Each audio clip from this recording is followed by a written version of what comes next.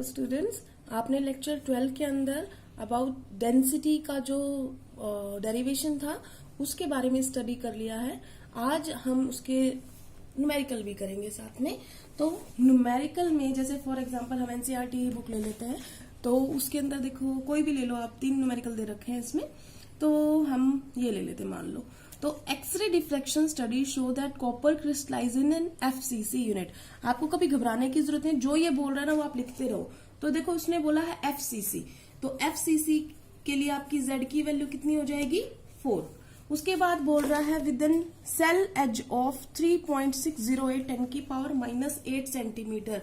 इसका मतलब ए की वैल्यू कितनी दे रखी है 10 की पावर -8 सेंटीमीटर। उसके बाद उसने बोला है in a separate experiment copper is determined to have a density भी प्रोवाइड है 8.92 ग्राम पर centimetre cubic. Calculate the atomic mass of copper. आपने कॉपर का एटॉमिक मास बताना है कितना होगा। तो उसके लिए आप सिंपल आप अपना फॉर्मूला जानते हो। आपसे पूछा क्या गया है, आपसे m पूछा गया है। तो आप क्या करोगे कि आपको पता है कि according to formula of density of unit cell rho is equal to z into m over na into a की क्यूब। आपसे पूछा क्या गया है m, तो आप सारी चीजें कर दो उधर। z into आप इधर भेज देते हैं सारे, पहले ही भेज देती हूँ मैं इधर। चलो तो m को इधर ही रहने दो, बाकी को भेज दो। Rho into N A into A की क्यूब ओवर z। रो क्या है यहाँ पर 8.92, Na 6.022 10 की पावर 23, a की क्यूब कितनी है 3.608 10 की पावर -8 और क्यूब क्योंकि वॉल्यूम निकालना है हमने, और z कितना है ये 4 है।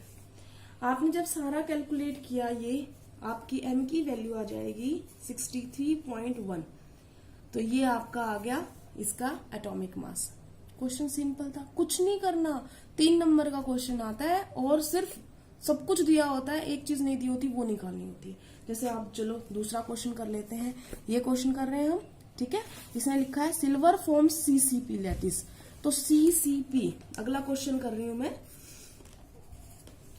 सीसीपी तो इसका मतलब जेड की वैल्यू एफसीसी के बराबर ही है।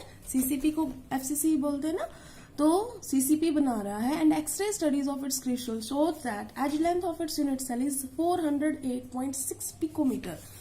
बेटा कई बार जो एज लेंथ है वो पिकोमीटर में दी होती है, आपको वो सेंटीमीटर में करनी होती है। तो मैं बता देती हूँ आपको, 1 पिकोमीटर होता है ना वो 10 की पावर -10 सेंटीमीटर होता है। अगर मीटर में कहेंगे तो 10 की पावर -12 मीटर होता है। तो हमें तो सेंटीमीटर में ही चाहिए। ये सारे क्वेश्चंस हम ग्राम में मास लेंगे और सेंटीमीटर हम लेंथ की यूनिट लेंगे। तो अब 1 पिकोमीटर इतना है, तो अब हमने ए की वैल्यू निकाली, तो ए की वैल्यू क्या हो जाएगी 408.6 इंटू 10 की पावर -10 सेंटीमीटर। इतना हो गया बस। उसके बाद उसने बोला है कि calculate the density of the silver if atomic mass इतना। तो आपको m की वैल्यू भी प्रोवाइड है कितनी 107.9 यूनिट। ये उसका एटॉमिक मास है। आपसे पूछा क्या गया है, आपसे डेंसिटी की वैल्यू पूछी गई है। नॉर्मल है, सीधा question. Density is equal to z into M over N A into A की क्यूब। z की वैल्यू आपको पता है 4, m की वैल्यू आपको पता है 107.9 और Na आपको पता है। Na की वैल्यू कितनी होती है 6.022 10 की पावर 23।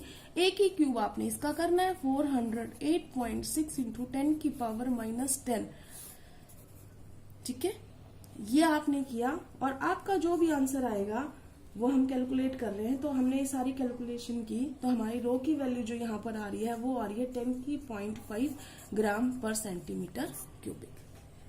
नॉर्मल क्वेश्चंस हैं बेटा, घबराना नहीं है।